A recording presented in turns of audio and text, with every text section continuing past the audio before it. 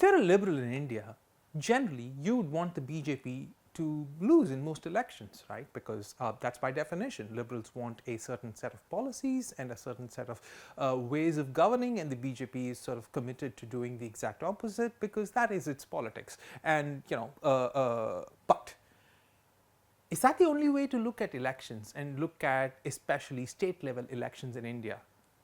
I would argue that the elections in Haryana, for example, were a good result regardless of whether you're a liberal or a conservative, as long as you wanted fiscal federalism in this country to work reasonably well. And let me explain.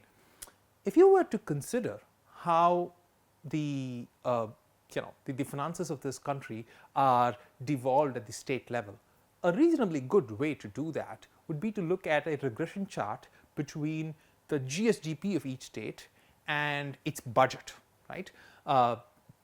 So what that essentially says is that, for a given amount of GSDP for each state, how big or small each state's sort of budget is. And so if we were to plot that chart and draw a line around it, the point is that the closer the state is to the line, it is closer to what you would expect the state to be, or closer to the norm, and the farther away it is either giving to the union and therefore the other states, or the farther away it is on the other side of the line, it is taking from those other states or the union. So if we were to look at India states like that, there are essentially two sets of states: states that are essentially givers and states that are essentially takers, right? In the sort of taker column, the biggest of them is, of course, Uttar Pradesh. It just far outweighs and dwarfs every other state in terms of its taking, because it's a giant state, it's a relatively poor state, and it just takes a lot of resources from all other states. The other sort of four states which are, large taker states happen to be Madhya Pradesh, Rajasthan, Bihar and Odisha. So these 5 states are, sort of the biggish taker states. And if you were to look at the 5 giver states, they happen to be sort of states like Tamil Nadu, Karnataka, Haryana, Gujarat and Kerala, right? People often ask, where is Maharashtra in all of this? Well, Maharashtra is a large and prosperous state, and if you look at the regression chart, you would see it gives a little, but in terms of its distance from the regression line, but because it also takes a lot, its distance is not much, right? So Maharashtra is kind of a neutral for this particular analysis, right? So if you look at the politics, however, of the states that are essentially taker states, what you would see is that all these 5 states, Uttar Pradesh, Madhya Pradesh, Rajasthan, Bihar and Odisha, 4 of them are ruled by the BJP and 1 is ruled by a BJP and its ally, right? So essentially the BJP has is in the pole position or in the governing position in all of these sort of taker states.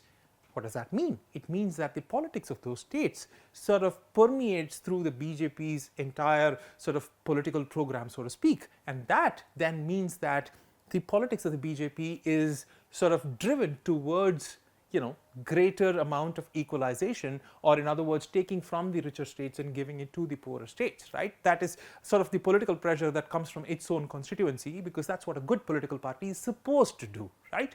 Now, if you look at the 5 giver states, these are, there's Tamil Nadu, where the BJP is not governing, there's Karnataka, where the BJP is not governing, there is Gujarat, where of course the BJP is governing, there was Haryana, which, the BJP now won, the other state is of course Kerala, where again the BJP is not governing, right? So if you essentially had the Congress win Haryana, what that would have meant is that the BJP would have had all 5 of the biggest sort of taker states and only 1 of the giver states, and even Gujarat is not a sort of, because the Gujarat is sort of taken for granted by the BJP, probably no serious pressure would have been applied.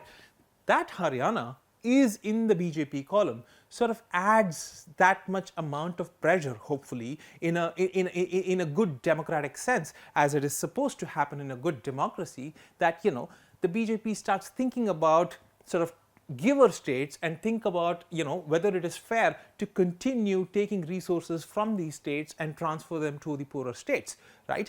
And if you were to look at the other upcoming elections, particularly the ones in Bihar and Uttar Pradesh, for instance, hopefully the voters in those states think about exactly this problem and vote the other way, because not only do we want the two main national parties, the BJP and the Congress, to sort of be roughly equal to each other in terms of their political presence for a robust and lively democracy. What we also want them to have is sort of a good and equal mix of the giver and taker states in the system, because if one party is skewed towards the giver states and the other party is skewed towards the taker states, then what that would mean is that there would be no meeting point.